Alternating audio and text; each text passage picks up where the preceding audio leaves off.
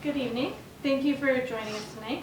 My name is Maurice Lafleur, and on behalf of Harvard Bookstore, I'm pleased to introduce Paul Fischer discussing his book, A Kim Jong-Il Production, the extraordinary true story of a kidnapped filmmaker, his star actress, and a young dictator's rise to power. Look, I came across the story multiple times in newspaper articles very vaguely over the years, and then started researching it, and I think the most important thing to me about it when I wrote it was the fact that the two people who were kidnapped were never mentioned by name in any of the articles that I'd read, and their lives had kind of gotten erased out of the story. It became an anecdote about Kim Jong-Il, and I wanted to write a book that was as much about them and their lives as it was about the kidnapping. And also I quickly came to realize that I didn't really understand North Korea or know anything about North Korea, and everything I assumed I didn't understand actually had a reason, kind of a surprising reason, and that this story was a good way into understanding, you know, all the stuff when North Korea comes into the media that seem absurd and contradictory. And so hopefully there's, you know, it's an amazing story. I couldn't believe it was true when I heard of it. It's the story of two people who were kidnapped by the North Korean dictator and make propaganda for them, but also has all these layers of a state being created to kind of enslave and abuse its 20 million inhabitants, and about, you know, a tyrant that we've made into a cliche, and how he came to be what we saw him to be. And that's about it, really. I'm going to read a couple of bits from the book. I'm going to take this one, which is a bit of a shame. The first bit I'll read kind of explains itself, but it's from early on in the book.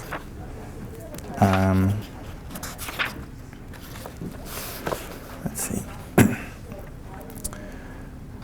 So just a bit of context. The person in this passage called Choi Eun-Hee was the Elizabeth Taylor of Asia, and she was hugely famous. She was an actress, a director. And at this point in the story, her career is sort of on the way down, and she's been brought to Hong Kong for a business meeting, excuse me, that she's told will take place at a businessman's villa, kind of just outside of Hong Kong, in a bay called Repulse Bay. Repulse Bay, on the far southern side of Hong Kong, had been used in the 19th century as a base by pirates who preyed on the British merchant ships on their way to trade with Japan. The pirates had long ago been repulsed, hence the bay's name, and the strip of land turned into tourist beaches. Che looked out the window as their taxi drove down the deserted road. It was 4 p.m. in winter, and the air coming off the sea was cool.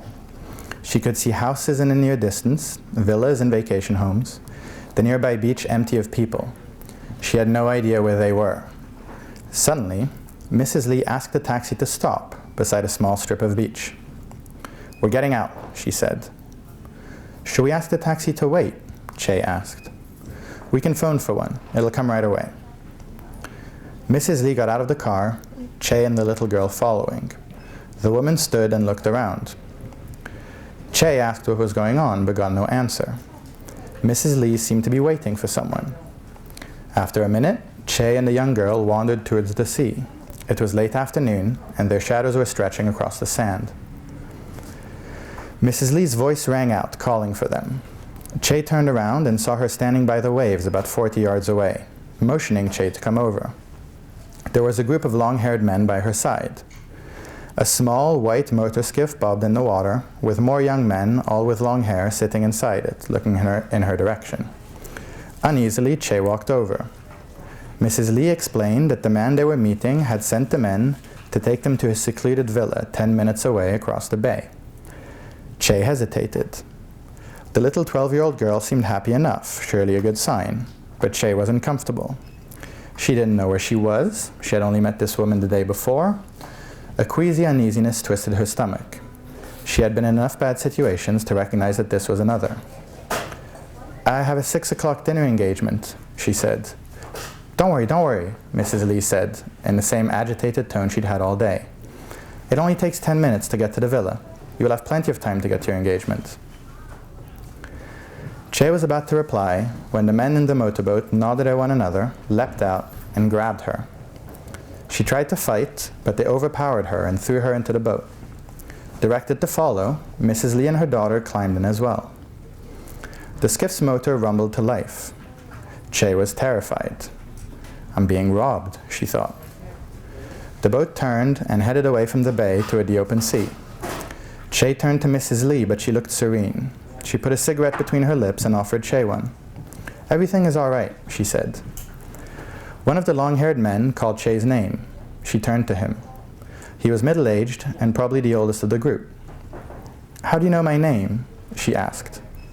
I'm Korean, he said, using the North Korean term chosun rather than the South Korean term hanguk. Choi's heart sunk into her stomach. Where is this boat going? She asked in a weak voice. Madame Choi, he said solemnly, we are now going to the bosom of General Kim Il-sung. What? What did you say? The man took his long-haired wig off. I said, we are going to the bosom of the great leader, Comrade General Kim Il-sung. Screaming, Choi jumped to her feet and the boat rocked side to side. Hands reached up for her and pinned her back onto her seat. Her vision blurred, her body went limp, and she fainted. She drifted in and out of darkness. She remembered feeling someone carrying her up a gangway, someone giving her an injection, then oblivion swallowing her back up. When she finally woke, she was aboard a freighter, in the captain's cabin. A large ceremonial portrait of Kim Il-sung smiled down at her. She was on the ship for 6 days, a doctor and his wife looking after her and managing her shock, and 2 other men, including the middle-aged man from the boat, whom she later learned was Im Ho-gun, deputy director of North Korea's Covert Operations Department, keeping a 24-hour watch on her. Choi could hear Mrs. Lee sobbing in the next cabin, and gathered that she had agreed to help the men take Choi, but had not foreseen they would force her to come along. Choi, too, cried. She couldn't eat, but forced herself to drink the broth of the noodle soup they brought her. On the 4th day, they took her up to the deck, and she stared into the ocean, trying to gather the strength to throw herself in. On the 5th day, a typhoon forced the boat to drop anchor, and she watched the storm pass. At 3 p.m. on the 6th day, January 22nd, 1978, the ship pulled into Nampo Harbor, North Korea. They unloaded Madame Choi onto another small white motorboat, which took her to a small quay, a 20-minute ride from the main port. Her legs wobbled as she stepped onto the pier. She followed the guards with her head bowed, struggling to stay on her feet. Someone important is coming, one of them whispered. A short man in his mid-30s was walking toward her. He wore a thick, fashionable wool coat over a dark Mao-collared uniform. A shiny Mercedes idled behind him, and a photographer stood by his side, camera ready. With a smile, the small man extended his hand to her. Thank you for coming, Madame Choi, he said. You must be exhausted from the journey. Welcome. I am Kim Jong-Il. That's the first bit, and I'm going to read a short bit from a bit later on in the story.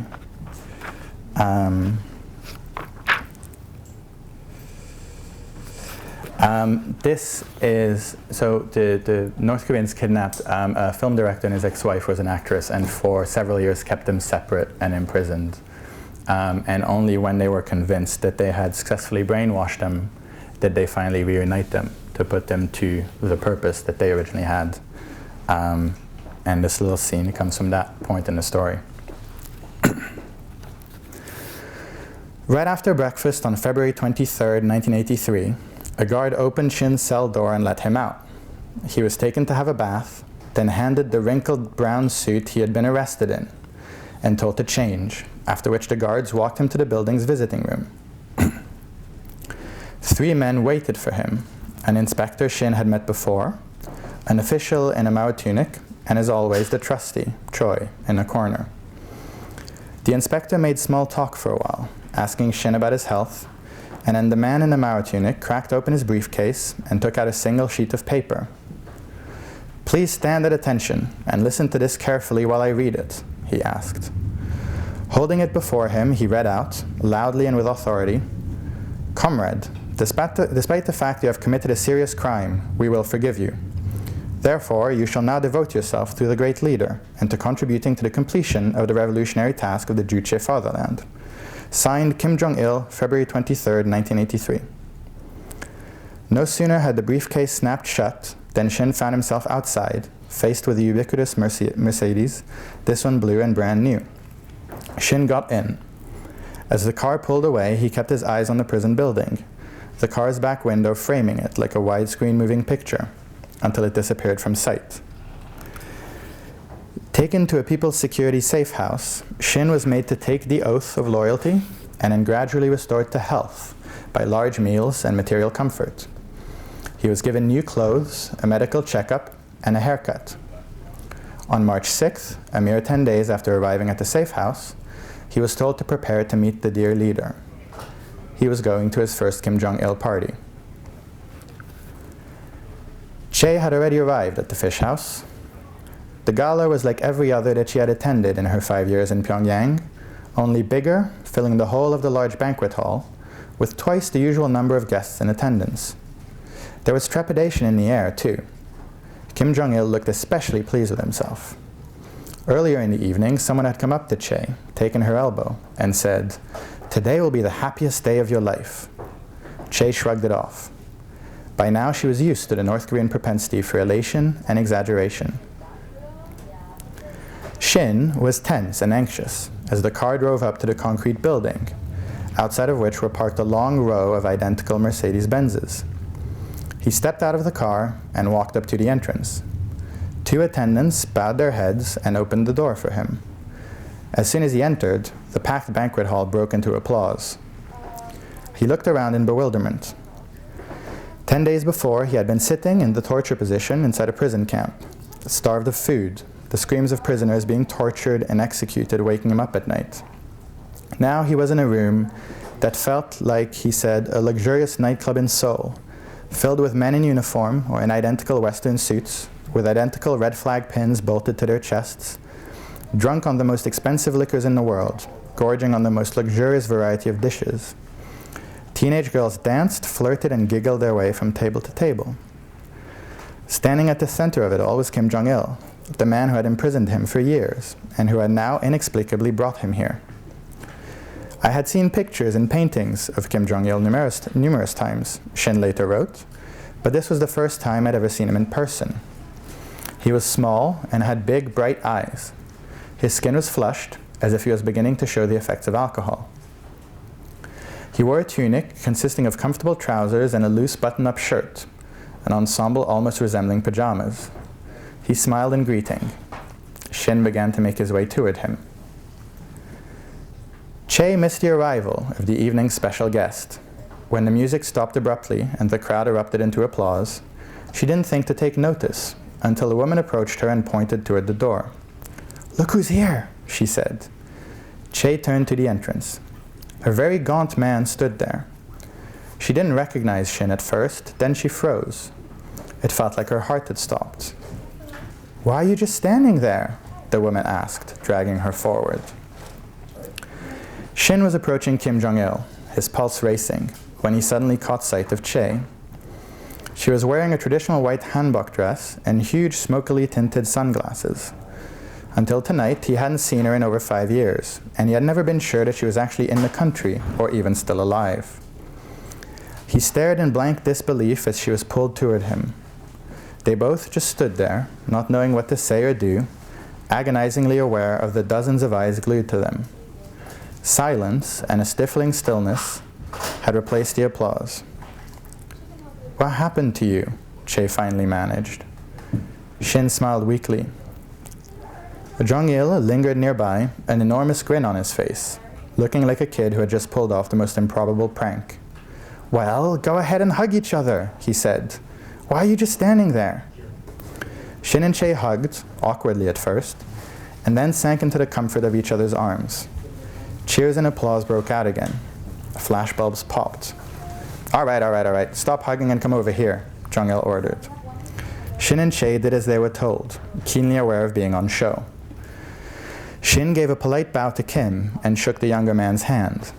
Jong-il heartily squeezed Shin's. Placing Shin on his left and Choi on his right, Jong-il made them pose for a picture. "Relax," he joked, "this won't end up in the South Korean papers," and then turned to the crowd. "Comrades," he announced, "from now on, Mr. Shin is my film advisor." Deafening applause. And Madame Choi is now a representative for our Korean women. More applause. Jong-il looked from Shin to Choi. Let's have a wedding ceremony for you on April 15th, the great leader's birthday. Shin stared, stupefied, as the riotous applause continued. It was March 6th. Had he and Choi never divorced, today would have been the eve of their 29th wedding anniversary. The dear leader had directed his little scene to perfection. Thank you.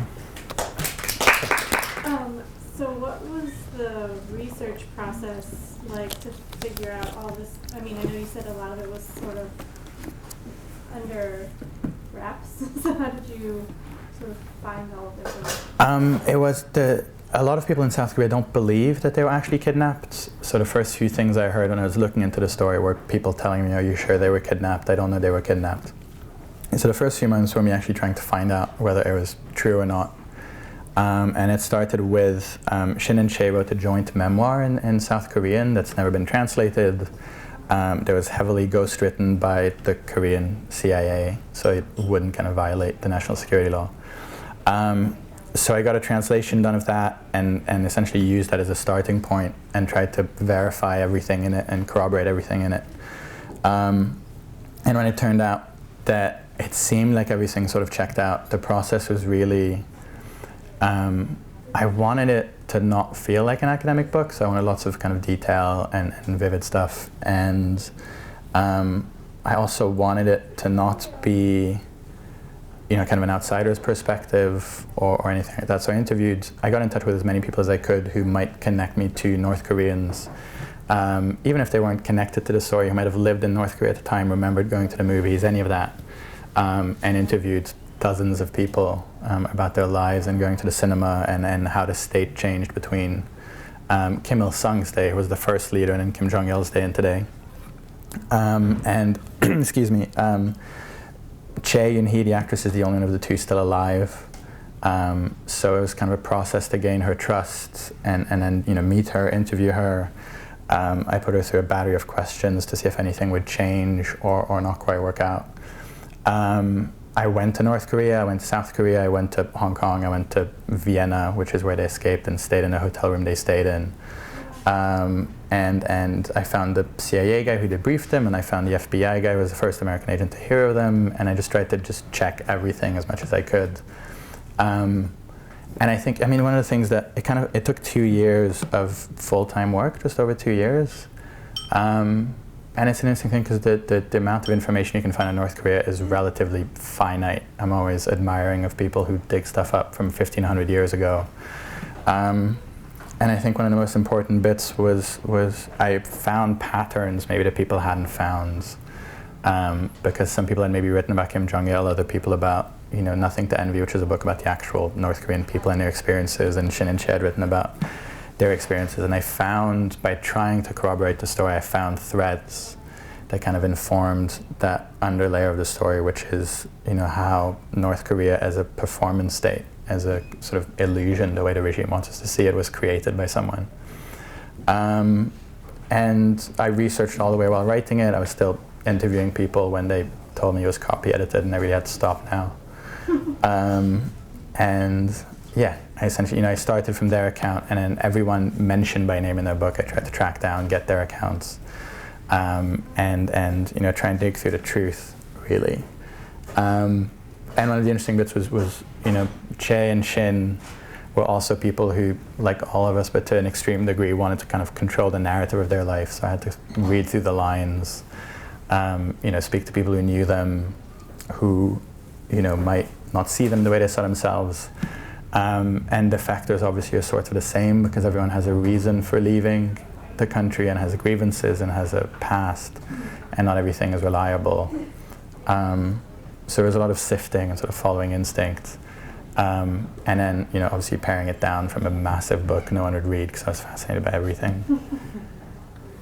Yeah, of course. There's sort of a debate between people whether they made 7 or 8 films, but they made 7, I'm pretty sure. But because Shin ran the whole film industry, essentially, some people debate about whether there's an 8th film finished after they left, which may have his imprint.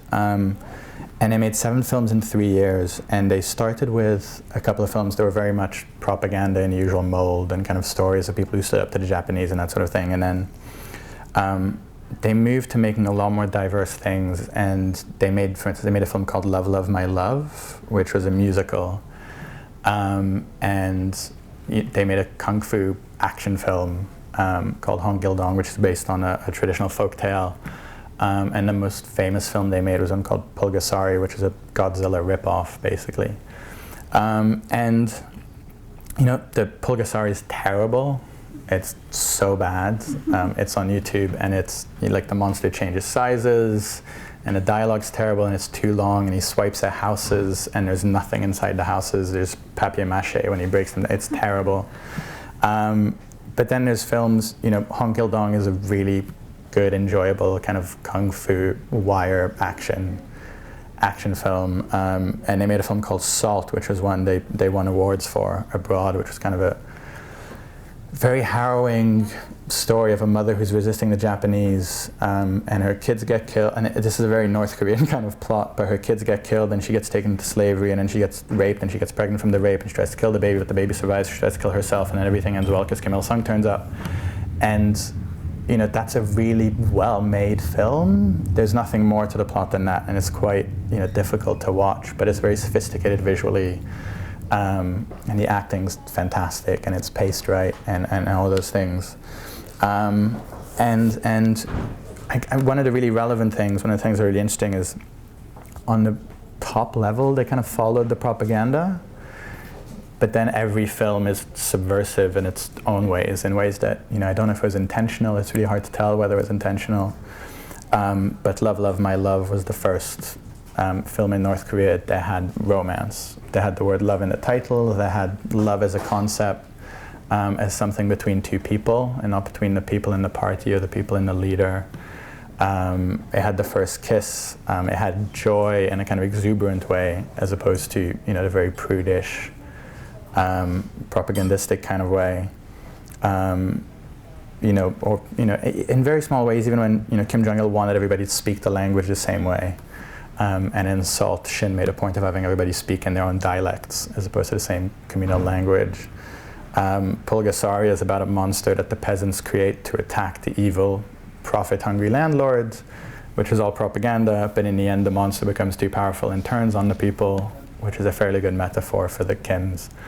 A couple of their films, you know, because they were able to shoot scenes abroad, were the first time people in North Korea were able to, you know, legally, publicly see footage of European cities and realize that it wasn't the war-torn, starving, you know, civil war they were told the rest of the world was.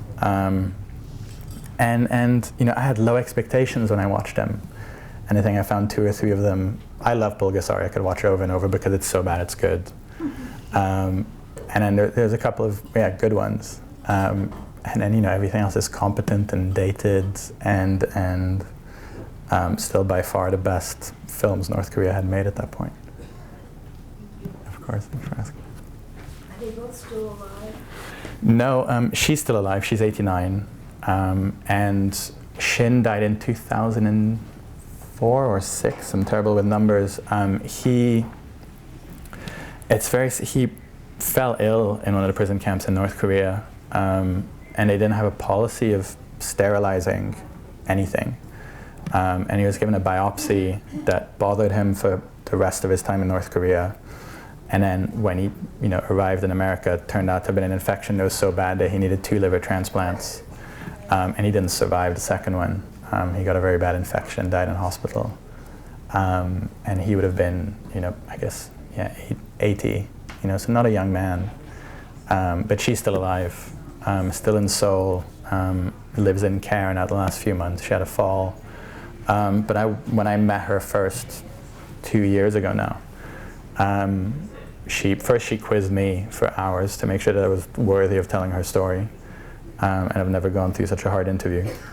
And then secondly, even though she was in a wheelchair, even though she's 89, even though no one in South Korea really knows of her at the moment, at least not people my generation, the second she walked into the restaurant we met in, I swear everyone's heads turned, everyone noticed this lady who acted like royalty. and she's just sort of unbreakable and has an amazing attitude about everything. And I was very glad she was alive. Yeah, I don't know if I could have written it if I couldn't have spoken to either of them. I don't, no one really taught my generation and me at school about the Korean War. It's sort of glossed over and forgotten, and the first third of the book kind of touches upon that, and there's so much I didn't know about how the situation came to be that makes a lot of stuff that's on the news make a lot more sense. And yeah, that's a lovely story. Thank you. Thank you. I had Thank you. Choi actually, during the war, she didn't get out of Pyongyang, out of Seoul in time. The first time the North Koreans took Seoul, so she became an entertainer for them and acted in their propaganda stuff. And then she escaped and was taken by the South Korean army and then acted in their propaganda stuff. So she'll have been in that kind of footage, acting and that sort of things. And Shin directed films like that for the South Korean people. And it's endlessly fascinating. There's a community right outside London in England where I live that has the most North Korean defectors of anywhere in the world, not in Korea. There's sort of 700 of them. And living with them, I was writing something about it, and living with them, there's one guy who's the last remaining Korean War veteran in the whole area.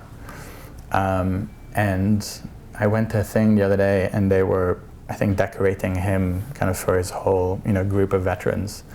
And for the first time, he got to talking to North Koreans, and they had such a sweet. He was very upset talking to them and kept repeating to them that he felt sorry that they hadn't managed to liberate the whole place, and that they were stuck having the lives that they were having. And he was very upset at what he felt was a failure. And to see that scene, and at the same time knowing, how kind of forgotten and badly treated the soldiers in the Korean War were treated, and how they just went back and forth in a completely futile way because people in Moscow and here and Beijing were trying to figure out pawns around a chessboard, was very upsetting. It's one of the themes in the book. The Koreans have a saying that says, "Shrimp in a fight among whales, a shrimp's back always breaks." Which, in a fight among whales, a shrimp's back always breaks, which basically says the little guy always loses, because they were between China and Russia and Japan, and everyone would invade them, not for them, but to try and get at the other guy. And then that became something that the Korean people themselves felt about being partitioned and being treated like they'd done something wrong in World War II, which they hadn't, and all of that. And I think, I read everything you could read about North Korea, and I think there's a lot of ink printed about the regime and politics and nuclear weapons and all of that. And then I think I only found a couple of books that are actually about people and the fact that their lives are completely taken over by the regime. And I was, throughout the book, kind of tried to weave in the idea that, there's something arbitrary and absurd and tragic about the fact that just by virtue of being born when and where I was born, I had the opportunity to maybe tell this story, and just by virtue of being born when and where there were young men had to go and die somewhere they didn't know where it was, and by virtue of where there were born 23 million people are just imprisoned in that place, and that all shrimp among whales and all trying to figure it out, and that was kind of a thread through it that I thought was important, that it wasn't just about Kim Jong-il's crazy antics, but also about people's lives kind of being overturned. In your research, did you at all research current North Korean propaganda, and could you speak to its advances or regressions in comparison? Yeah, I did. It's kind of gradually had to admit things that it never would have admitted before. So, for instance, slogans they put out this week, will kind of exhort people to, become a country of mushrooms, which means grow mushrooms, grow agricultural slogans. They'll admit that there's a food problem. Whereas 10 years or 95, the propaganda was, we're not starving, it's just healthier to eat twice a day. Anybody who starves is committing a crime, or they'd put fences on beaches and call people thieves if they fished. They've had to kind of admit, and everything's kind of gone from saying we're the luckiest people in the world, everybody else is terrible, to we're the most virtuous people in the world, everybody else is a corrupt whore, and that's why they live better than us. To now kind of having to admit that the world has changed. It's still very racially charged. We're still the better, pure people in the world. but it's a bit kind of more changeable and open and kind of admitting of you know, that the regime can make mistakes, essentially. And they don't make films anymore unless they're co-productions, really, with other people. They do like documentaries and docudramas and cartoons, you know, kind of little fable with animal propaganda for kids on Saturday morning TV. But yeah, because, you know, everyone in North Korea now can get, you know, bootleg, you know, stuff, and you know, I made short films, and when I went to North Korea, I smuggled my iPhone in, showed them some of my short films to my guides, and you know, the short films shot on one of those to them looked better than anything they'd ever seen at home, and they treated me like I was like a mogul on a visit. So I think it's just an admission they can't compete film-wise. Yeah. So, as a filmmaker, historically, what made you want to write this as a book instead of doing like a documentary? I'm a film producer rather than a film director, which doesn't make a big difference, except for that reason I hate making documentaries, because you never know when they'll end, how much they'll cost when you're done, all of that. It's kind of a stressful experience. And in a very practical way, you know, the documentary version of this, you know, there's one person alive who was there, and there's a few pictures and there's footage from the films, but is there enough for kind of 90 minutes, and is there enough for it to be big without, you know, a voiceover or somebody telling you what's happening? And at the same time, you know, the more I researched it, the more I thought there's so much in this that I'd have to cut out that I feel is great and relevant, and it just felt like the documentary version would be an oversimplified, both kind of stylistically and content-wise version of it. I'd always dreamed of writing a book, and it felt like the perfect thing for a book. You know, yeah, it's impossible to make a fiction film, you know, that would need to be that big a budget with 3 Asian leads, 2 of which are in their 50s, and one of which is 5'2". Like, it's just not going to happen. So it just kind of immediately made sense as a book. Yeah. Yeah.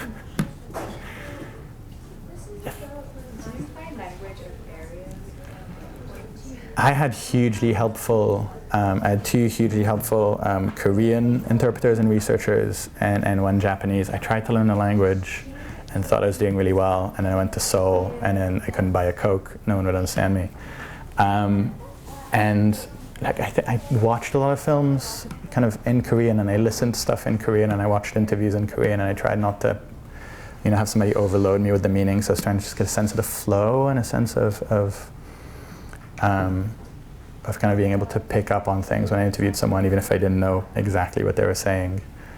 And I think it went okay. I don't think it was a huge barrier. It was one of my fears that, you know, I'm not a Korea expert, either north or south. I'm not a film historian.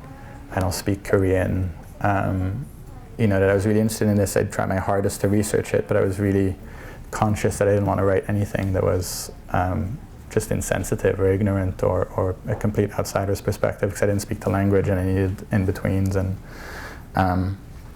luckily I found, you know, people who were amazing at kind of guiding me into it rather than just holding me outside and explaining to me what was going on.